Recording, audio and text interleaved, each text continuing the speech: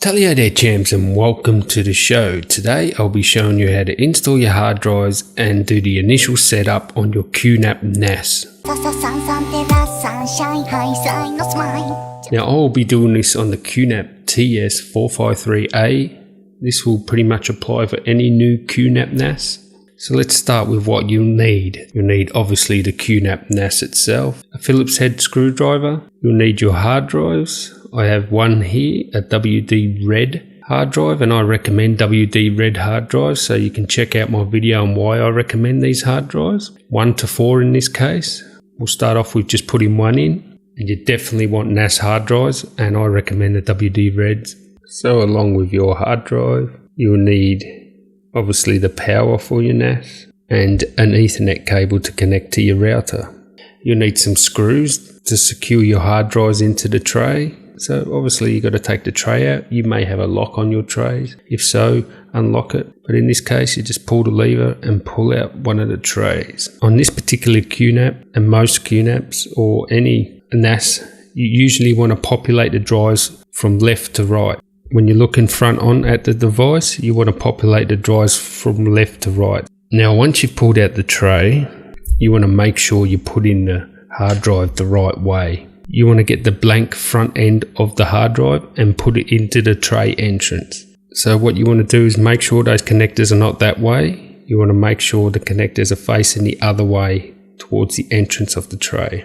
Then you just place it in, slide it in, line up the hole, and as you can see, the connector to the hard drive is hanging out the end of the entrance of the tray there. We'll get our screws and screw it in. Once you've hand tightened all 4, then go and nip them up firmly, but don't tighten them too hard because you'll just strip the screws.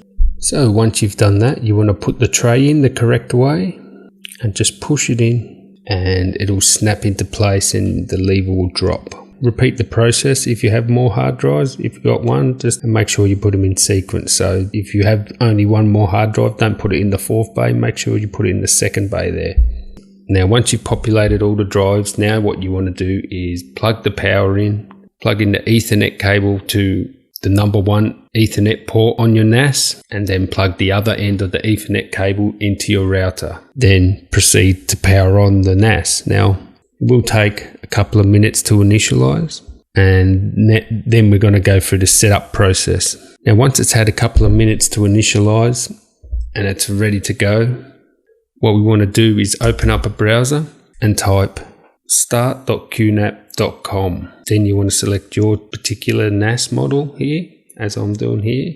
We'll just continue with a cloud installation.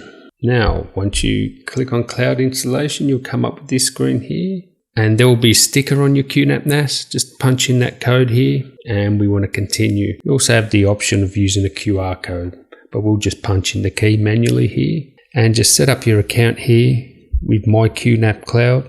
And then we go on to next step. Now it says register my QNAP Cloud device, and you want to put a name of your device here. So I just left it with the number for this example, but you might want to just name it, and then continue on. And it's going to ask you, are you a home or business user? Obviously select the appropriate use of your NAS device, and let's start with the smart installation. So we click on that, and now we want to enter a NAS name and password for the NAS, and just continue, which is admin by default. Set up your time and date. Now once you get onto this configure your network settings, if you don't know what you're doing, just click next. It'll pretty much automatically does them for you. If you're a network guru, dig into those and set what you want. And so here we have a page that says cross-platform file transfer service. Now, if you're living in only a Mac environment, select the Apple one. If you're only living in the Windows environment, select the Windows one. You can select all 3, I believe. And then you have all these options to enable features. So if you're going to use this as a media server, as an iTunes server, tick all these and then proceed. So here is where you'll select your RAID volume. Now, depending on how many hard drives, there may be different options enabled or disabled.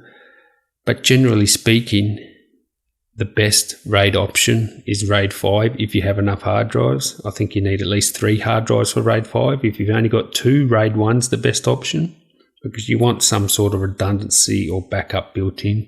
You can select how big your volume size is, but for me, I'm just going to select it RAID 5, select all the hard drives here, and for volume space, I'm just going to select max so that the whole volume, so all the space on my hard drives, I'm going to use in one volume. Also here you have the option of encrypting it if you want it encrypted. I'm not going to encrypt mine. I'll just continue, and then it's going to give you a summary of your setup and check it all. If it all looks good, click on next. When you click on next, it's going to warn you that you're erasing, that you're going to lose all your data and you're starting up a new volume, and you just click on yes. Obviously, if there is any data on those hard drives, you want to back those up.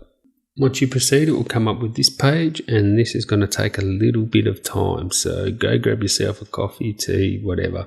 It's setting up your volume here. This will take a while. So in the meantime, what you want to do is download and install QFinder Pro, and this will help you find your NAS, and it makes it easier to set up. So I'll leave a link in the description on where to download this. After the progress bar goes to 100% and your NAS has finished creating its volume, it may log you in straight away, or you may have to use this QFinder Pro. For me, I had to use the QFinder Pro. I waited an hour or two. It sort of hung on the progress bar, but I just downloaded this QFinder Pro.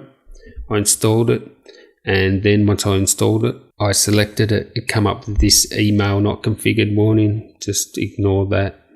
Then I selected the NAS on the list there. I clicked on login.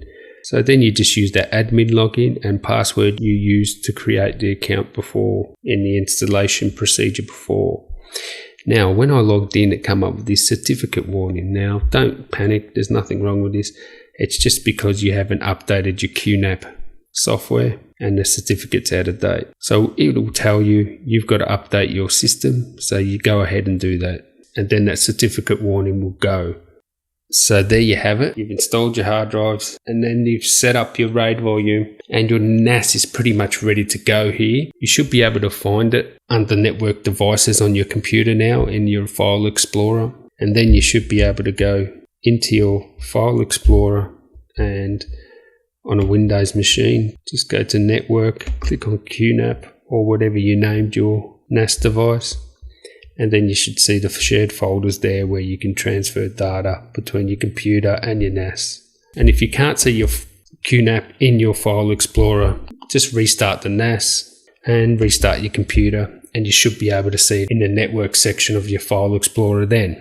And it's pretty much the same with the Mac, although with the Mac you may have to just go to Connect Server. So that's it. I'll be doing a lot more videos on this QNAP device and how to set up your QNAP device. My next video on the QNAP NAS will be about home theater. So using HD Station and the remote, using it as a home theater device that way, and actually using Linux Station so you can use your QNAP as a Linux home theater PC using Ubuntu. And we'll explore those two options. And we'll see if it actually could replace your home theater PC. So that's it, guys. If I helped you out there, give me a thumbs up, like, subscribe, and until next time, tally ho. さささんさんてらっしゃいはいさいのスマイル